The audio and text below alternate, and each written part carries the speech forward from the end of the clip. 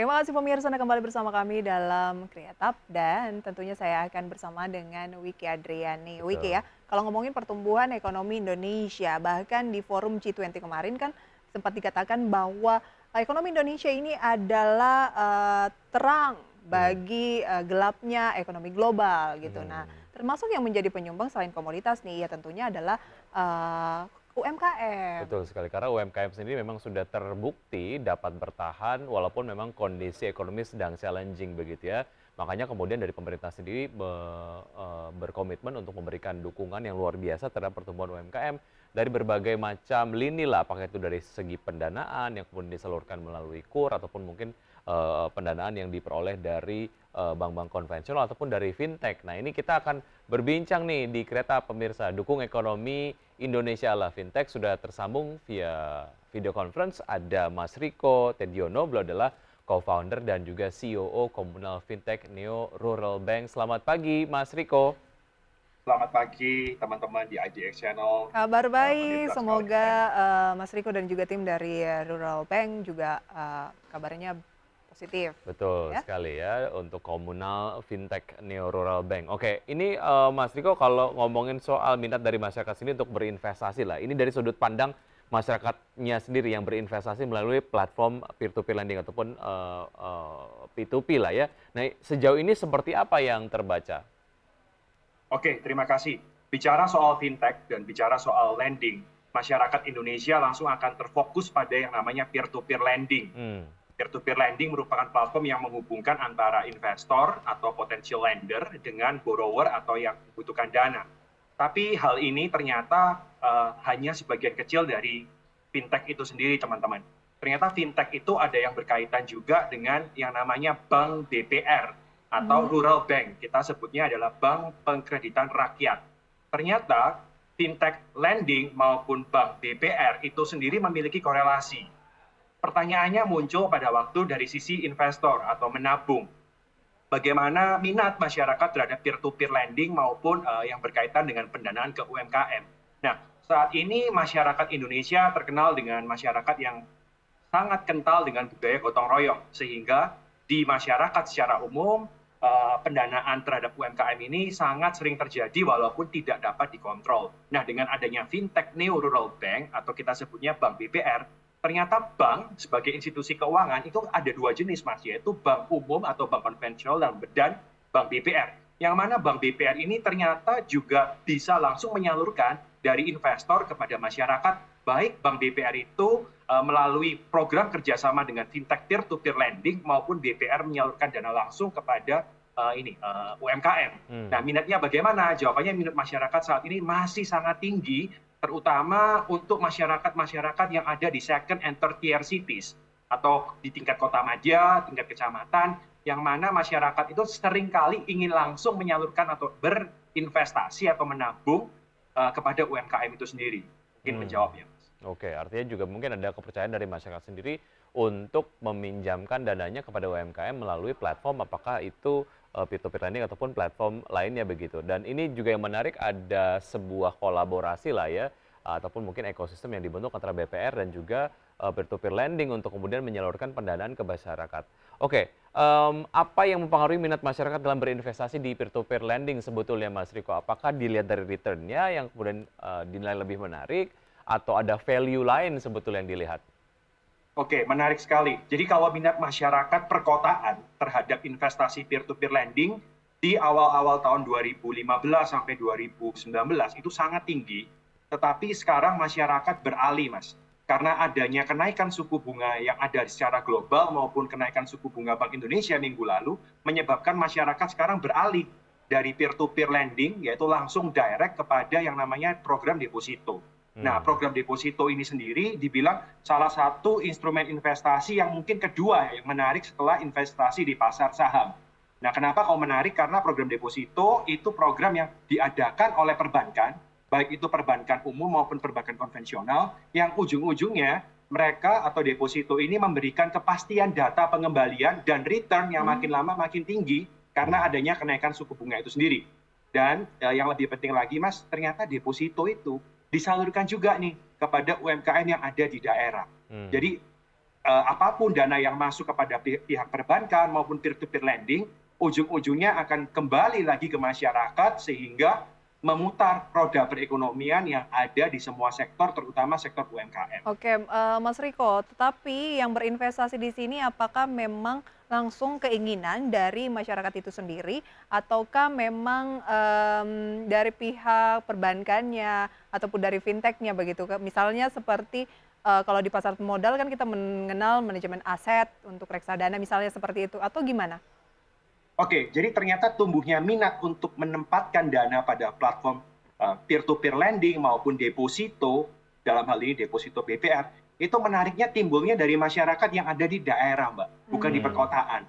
Ternyata masyarakat di daerah itu lebih percaya dengan yang namanya program atau kepada siapa saya menyalurkan dana tersebut. Kepada bank mana saya menempatkan itu. Berbeda dengan budaya yang ada di perkotaan, yang penting return-nya dulu. Nah, sedangkan value yang terbentuk di masyarakat lokal adalah bagaimana dana yang lebih yang mereka miliki bisa langsung dimanfaatkan untuk perekonomian lokal di second and third tier cities dan di cluster sehingga perekonomian di kota tersebut atau di kabupaten tersebut juga ikut terangkat. Baik, bagaimana komunal fintech Neo Rural Bank ini hadir menjembatani atau menjadi solusi? Kita akan bahas lebih jauh nanti, tapi kita harus jeda terlebih dahulu. Ya, pemirsa tetap bersama kami akan segera kembali. Masih berbincang di segmen Kereta Api ini dengan fintech yang menyalurkan dana untuk UMKM, yaitu Mas Riko Tediono, co-founder dan juga COO dari komunal fintech Neo Rural Bank. Oke, Mas Riko, seperti yang Anda tadi sampaikan, sebetulnya dari masyarakat di daerah sendiri ada kebutuhan untuk menaruh dananya di platform peer-to-peer lending ataupun melalui BPR untuk kemudian nanti disalurkan kepada UMKM begitu ya. Kemudian dari sisi UMKM-nya sendiri juga memang ada kebutuhan untuk bisa mendapatkan akses pendanaan.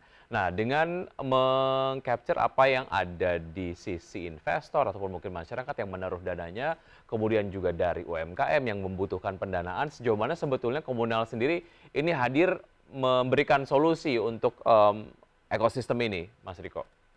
Oke, pertanyaan terkait ekosistem, ternyata masyarakat di daerah itu, terutama untuk peminjam dana atau ini ya yang butuh dana, itu ternyata mereka sangat punya akses keterbatasan akses terhadap peminjaman dana. Sehingga mereka sangat, jangankan akses ya, bicara soal jarak, mereka kalau mau ke bank konvensional, itu mereka harus ke kota besar untuk mendapatkan atau melakukan aplikasi pendaftaran melalui formulir yang konvensional. Nah, dengan adanya Bank BPR yang bekerja sama dengan fintech, itu langsung mempermudah mereka, bahkan mereka bisa melakukan pengajuan dari daerah yang katakanlah dari Jawa Timur, mereka melakukan pengajuan di peer-to-peer lending, kemudian dananya itu diambil dari Bank BPR yang ada di Provinsi Jawa Timur maupun provinsi-provinsi yang lain. Jadi kita mulai buka akses keterbukaan, karena Bank BPR sendiri memiliki limitasi, yaitu hanya bisa beroperasi di satu provinsi. Tetapi dengan Bank BPR itu bisa menggandeng atau berkolaborasi dengan fintech, maka jarak atau tembok-tembok yang ada di Bank BPR itu menjadi terbuka dengan sendirinya tanpa harus mengubah regulasi yang ada di otoritas jasa melalui keuangan. Fintech ini ya? Melalui kerjasama dengan fintech peer-to-peer lending dan deposit BPR. Karena Bank BPR sendiri langsung bisa menyalurkan dan menerima dana dari investor. Oke, berarti komunal fintech Neo Rural Bank ini tidak cuma terpaku pada satu wilayah. Saat ini sudah di mana saja jangkauannya?